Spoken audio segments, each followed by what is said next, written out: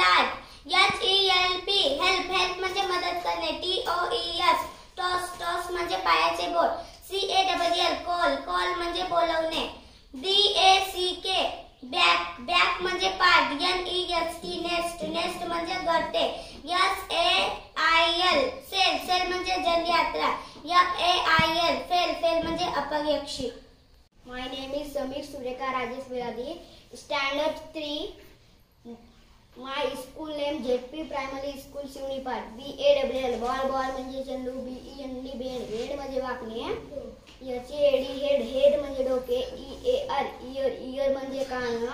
FEET पीठ म्हणजे पाय.